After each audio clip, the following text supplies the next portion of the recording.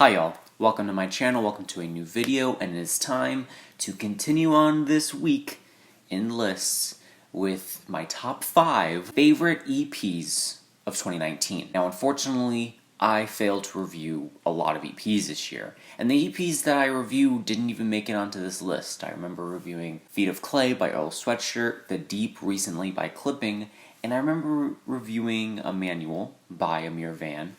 And there could have been more, I don't remember though, but none of those EPs make it on this list.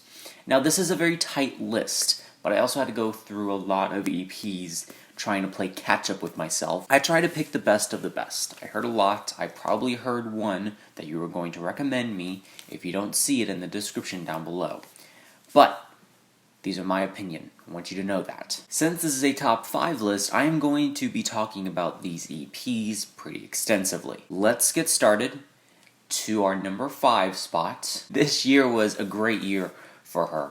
Wiseblood, with, I guess, leftovers or acoustic versions of songs off of her latest album, Titanic Rising. This EP is titled Rough Trade Session. And while most of this EP is just redone versions or acoustic versions of songs off of her latest album, they're done in such a way that it's more elegant, more immaculate, very pristine and very beautiful of an EP. You have A Lot Has Changed, you have Every Day, Something to Believe, and Wild Time. These 4 tracks add up to about 14 minutes of runtime, and not a single moment on here is wasted. The opener, A Lot Has Changed, is about 53 seconds in length, but it opens the EP up very beautifully, very eloquently, setting up the atmosphere in the room to embark on the next 3 songs. And the next 3 songs have amazing compositions to them. They're simple, they're stripped back, but they are done in such a way that it still has an impact on you. It has been a big year for Wiseblood herself, Natalie,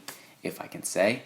And for the most part, I think she did a really good job not only putting out a fantastic album, but a great EP as well, and it's number 5 on this list. I love every song on here. The next EP I want to shout out at number 4 is the latest Skimask EP, ISS004. Skimask is a German music producer who is originally named Brian Mueller and goes by the moniker Skimask. He has released a couple albums, Shred and Compro, which have gotten some very well received acclaim from fans and critics alike. And he released 2 EPs this year, but the second EP that he released this year is making this list. What I feel like Skimask does, not only on this EP, but on his other releases as well, is he takes the best elements of the ambient side of Aphex Twin and the garage side of Burial and puts them together very cleanly, very beautifully, and puts these aspects of the 2 artists that I just said into great albums and EPs. And this EP is no different. This is a breakbeat IDM EP that is fantastic. Again, I definitely see influence of Burial in here and the ambient side of Aphex Twin, but he just doesn't wear these influences on his sleeve.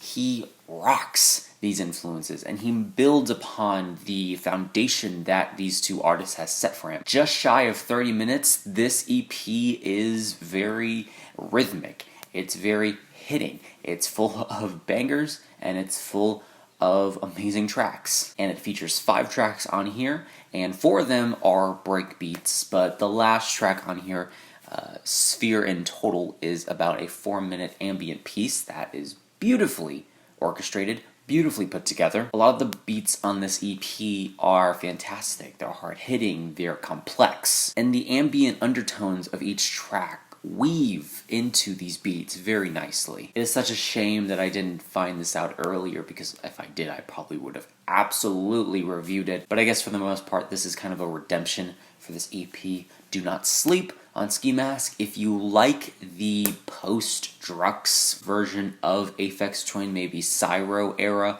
Aphex Twin and Burial, period, I think you will really enjoy what Skimask has to offer on this latest EP. At number 3, we have Seefeel with the archived release of their Peel session. Cfeel is a post-rock band that incorporates elements of IDM and electronic music into their repertoire. And on this EP, an archived release from Warp Records, they really put together some amazing tracks in the ambient techno genre. These songs have a very eerie atmosphere to them, and they incorporate really large scale beats and kicks and drums and whatnot into these tracks. It's loud, it's hard, it's incredibly hard-hitting, especially the song Vex, which is a redone version on another album called Skee. But again, the atmosphere of this EP is phenomenal. It's fantastic. And I listened to a lot of the Warp Record releases, archived releases from Warp Records, and the ones from Boards of Canada, Aphex Twin, Flying Lotus.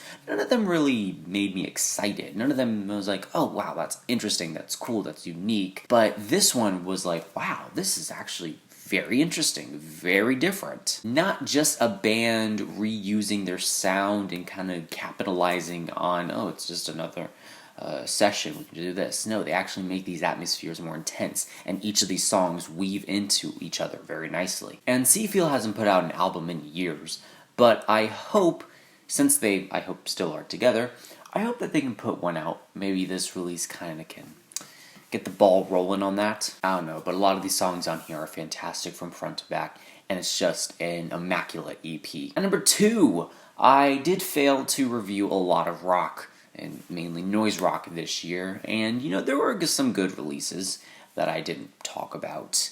But I also said in a review on this channel that I am not the connoisseur of noise rock. I don't know a lot about noise rock. All I really know is when an album or an EP sounds good, then it sounds good. So when I heard this EP for the first time, I kind of had this thought in my mind that was like, damn, this is fantastic. And for the most part, personally, this is the contender for some of the best noise rock I've heard this year. I'm talking about the latest Chat Pile EP, Remove Your Skin Please. This EP, man.